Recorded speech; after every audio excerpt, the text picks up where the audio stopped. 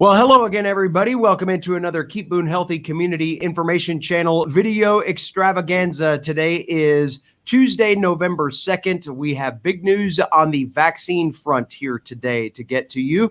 But as we often do here on this program, we like to start our conversation by visiting with Jennifer Greene, Health Director of AppHealthCare and CEO. We'll also hear today from Dr. Scott Elliott, Superintendent of Watauga County Schools, and Dr. Scott Sinclair of Blue Ridge Pediatrics and Adolescent Medicine. By now, I'm sure you know kind of what the general gist of this, but a new population is available for COVID-19 vaccines. So we want to get into that as quickly as possible. But first, let's start things off with Jen Greene. Jen, as always, welcome to the program. Can you give us a snapshot first of just overall community health as we sit here in early November and contemplate where we are in terms of COVID-19 throughout our community?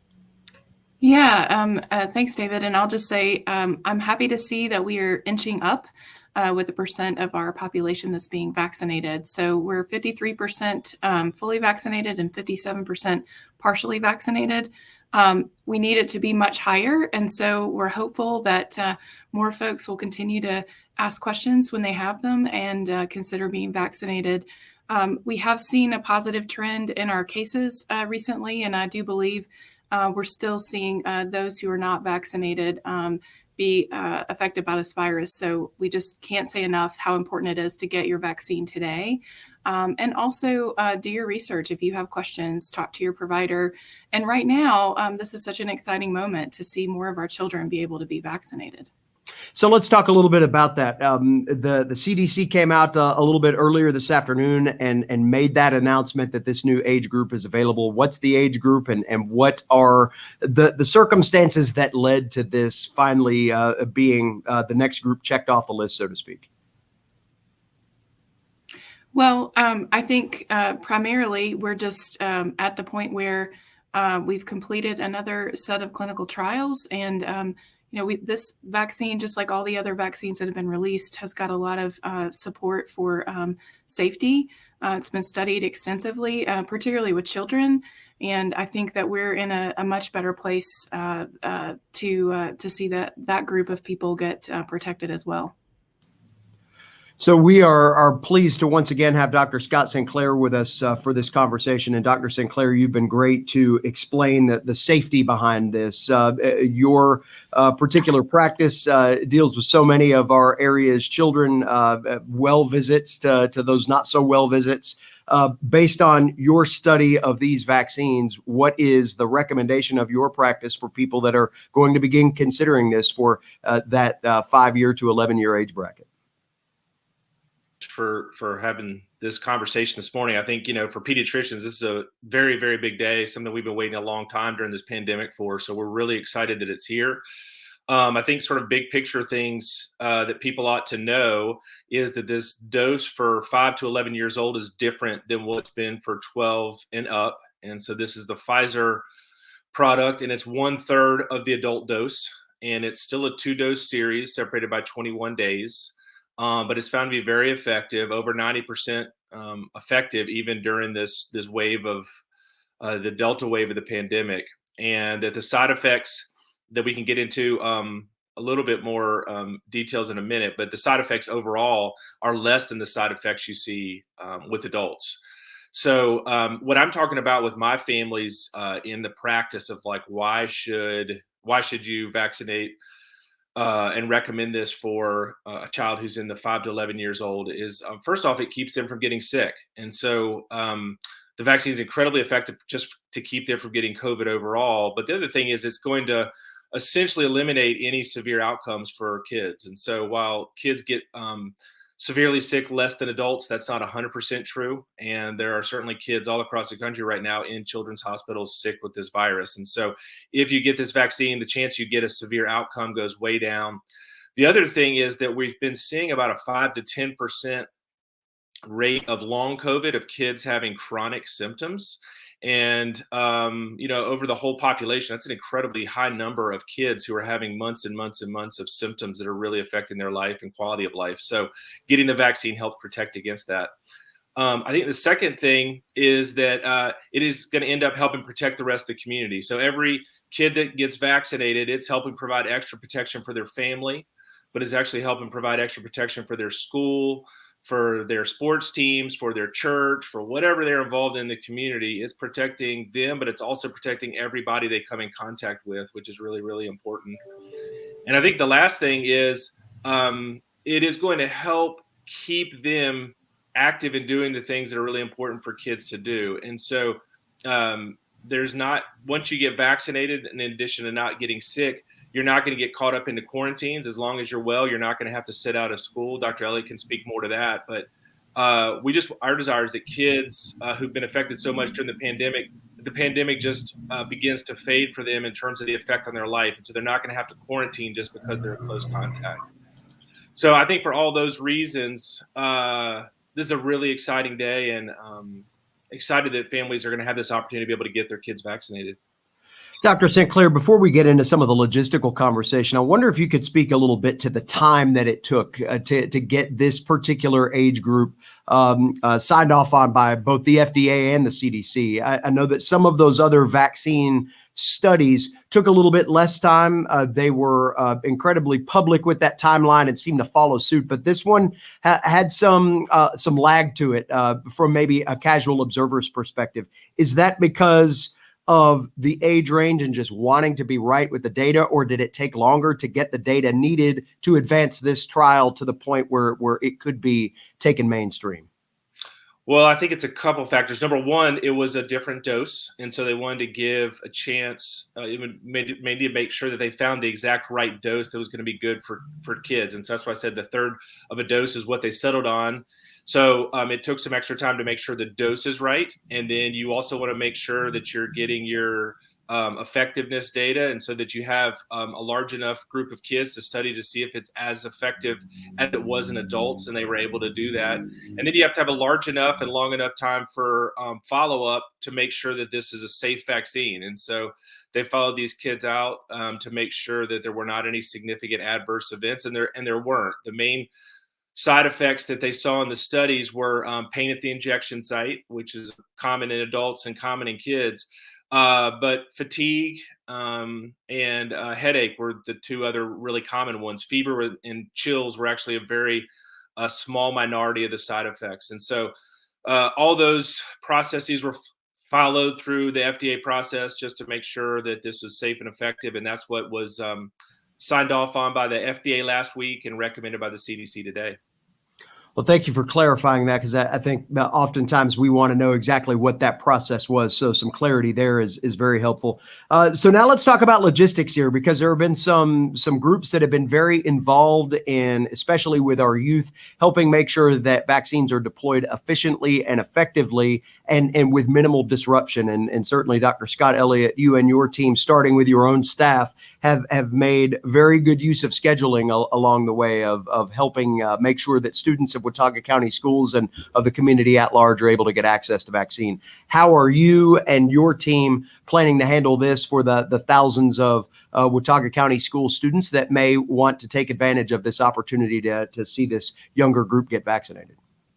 Yeah, good afternoon, David. Yeah, in anticipating today's decision, our school nurses and working with our other community partners like AppHealthCare and Jen and Blue Ridge Pediatrics, Dr. St.Clair, Boone Drugs, Samaritan's Purse, we've begun the planning weeks ago for what this announcement today would mean in terms of parent interest in receiving a vaccine and how we can make the vaccine available in a very convenient way. I know that the state has already begun to plan for the deployment of vaccines. Dr. St.Clair and Blue Ridge Pediatrics will be planning clinics in their office and having doses available. We'll have a limited number of doses that will be available to the community initially.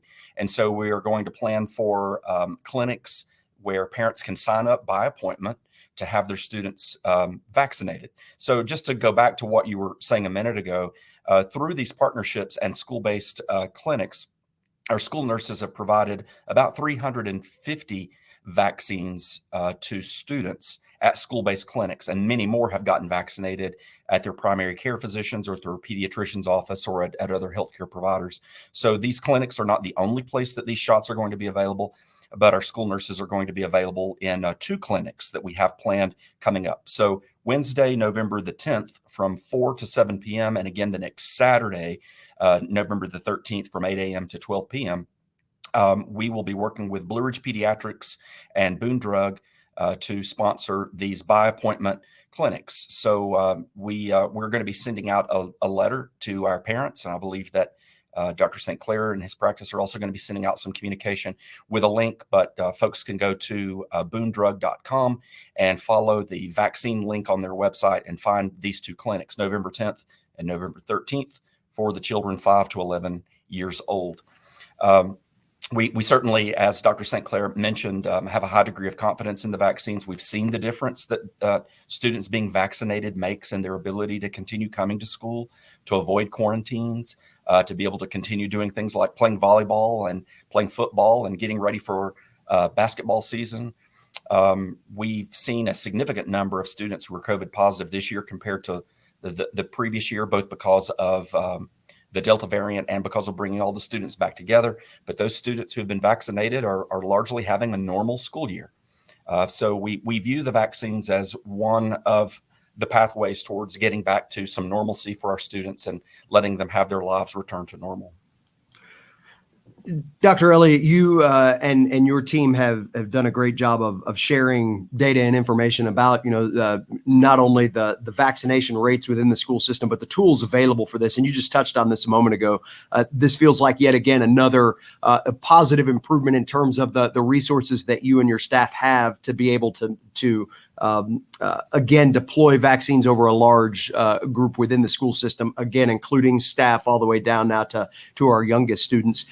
Can you share any more about some of those data points that you've been able to track to support what you were just saying about the ease of being able to keep normalcy in the school calendar and what the vaccines have shown you over the course of the year in being able to do that thus far? Yes. So, first of all, we follow, as all school systems are required to do, follow the close contact and quarantine rules of the state and the local health department. So this school year, we've had 1,671 students who were identified as close contacts to another student who was COVID positive.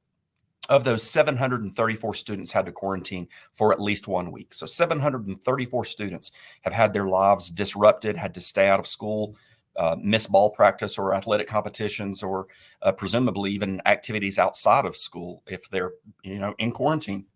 But we've had 937 students who were those close contacts who didn't have to quarantine, either because they were wearing masks appropriately in school or because they were vaccinated. And increasingly, students who are, as we have an increased number of students who are vaccinated, I think we're around 45% of the current student population eligible for vaccine to be vaccinated. We're seeing fewer and fewer students who are both positive and fewer students who are close contacts who have to be quarantined. So, I'll reiterate, as I always do, this is a personal decision. This is a personal healthcare decision. I'm not a healthcare doctor, and not providing medical advice. That's what our friends like Dr. St.Clair and our other physicians are for. But my 2 children have been vaccinated, and in our family, life has pretty much gone back to normal because of it. I would just ask that other parents consider the same. Find factual, accurate sources of information. If you go online, look for research that's been well vetted from healthcare professionals, and then just sit down and talk to your own physician and make the decision that is right for you. But ultimately, we believe that an increased vaccination rate across the community, and including with our school population, is the pathway to getting back to normal. Well, and I know a number of families not only have seen their students return to somewhat of a normal schedule, it keeps a whole lot more continuity in the work schedule for many of our folks around the community as well, to know that they're not disrupted every time there might be a close contact in a classroom. So appreciate all the efforts of Watauga County Schools in that regard. Let's go back to Dr. St.Clair talking logistics here a moment ago, and Dr. Elliott alluded to some things that Blue Ridge Pediatrics will be involved in. What can you tell us about how, again, our community's leading pediatrician is going to be handling the deployment of this new round of vaccines, and also other folks that may want to get vaccinated in light of new news about this and just kind of sparking up interest once again? Yeah, so we were excited. We had the opportunity to go ahead and pre-order doses of vaccine. So they're limited at the beginning, but we're hoping as soon as we can get all of these deployed, that we're going to get some more. But we're really excited to partner with the health department and the school system to do these two events on November 10th and November 13th. We're also going to have opportunities for patients to get vaccine through our office with some clinics during the day, and also folding that into our flu clinics, which are still going on, flu shot clinics that are still going on. So we'll be sending out some information later today on Tuesday with how to call. Those are going to be appointment only, just because we do have limited supplies. So and then as we get more and more vaccine, we're going to try to expand the opportunities to be able to do that through our office. And hopefully everybody who wants one of these vaccines is going to have an opportunity fairly quickly to be able to get in and get that for their children. And again, with this particular round of appointments, there'll be instructions however you find this video, whether that's through the email that Watauga County Schools is sending out, Blue Ridge Pediatric sending out, other distribution channels here. So follow the instructions there. But Dr. Sinclair, I might ask too, for those families, again, who have children that are outside this age bracket, that maybe this is that opportunity to vaccinate siblings or whatever that may happen to be. Is the procedure for scheduling those appointments similar to this, or is there a different way that folks outside of the 5 to 11 age bracket should contact your staff? If any of the 12 and over are interested in getting this recommended vaccine, they can just call our office, and we have a nurse scheduled that's what they're doing for the day, and they do not have to see a provider. They can come in and get their vaccine, wait their 15 minutes, and go. So they should just give our office a call and schedule that in that way. Okay, thank you very much for that clarification. And Jen Greene, I think we'll end this up with you. And one of the things that Dr. Elliott mentioned, and we've heard it from a couple now here, Dr. Sinclair as well, limited doses of vaccine, and that takes me back to the initial vaccine rollout. And this was a conversation that we used to have a lot about how vaccines are processed to individual communities. What can you tell us about this particular type, because of the dosage being different, and how you and your staff are working with state partners to make sure Watauga County and your other counties of influence in Ashe and Allegheny are getting access to the vaccines they need? Sure. Well, I think one of the ways that we're trying to prepare is really through discussions like this, where we're partnering together and we're all bringing something to the table. So we have an opportunity every week to place orders for vaccine. And so our staff have been doing that as soon as it was available. And we'll continue to do that to stock up. One opportunity we have is we do, because we have 3 counties, we can move vaccine around a little bit easier right now than we could earlier in the pandemic. So I do think if folks are interested, don't be afraid about access, because I do believe that we're going to have, through our partnership and communication among us, we'll be able to get you in.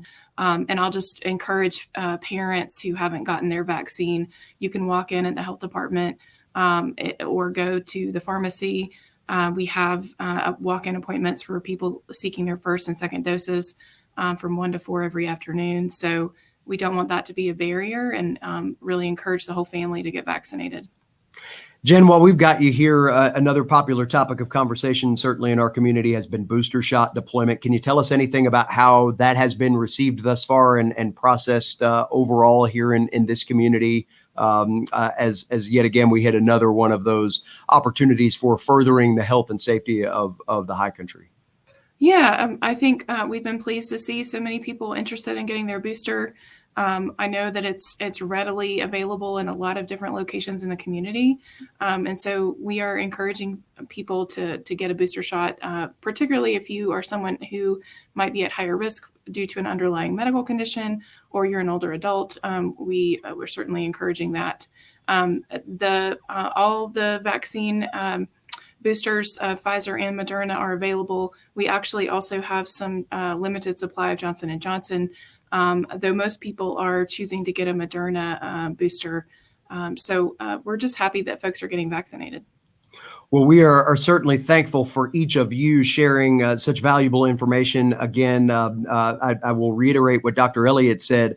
As you are doing your own research on this, find reputable sources. Certainly, we have enjoyed bringing our community experts together to put local faces with a national conversation, right? And hopefully you will find their counsel and their information very helpful in walking down some of these decision roads, if you will. But if you're continuing to do research, we just say that find that factual information and make the decision that's right for you and your family. And certainly we will continue to support that being your choice and your priority. But we also know, too, that the health and safety of our community will keep our community moving forward. And we do everything that we can to keep Boone and the entire high country healthy here. So hopefully this information has been helpful. Panel, thank you very much for your time this afternoon. Busy day here, but we look forward to getting updates on this process and sharing information as we can about this very important milestone here in our community vaccination. So thank you for your time today. Thank you. Thanks, David.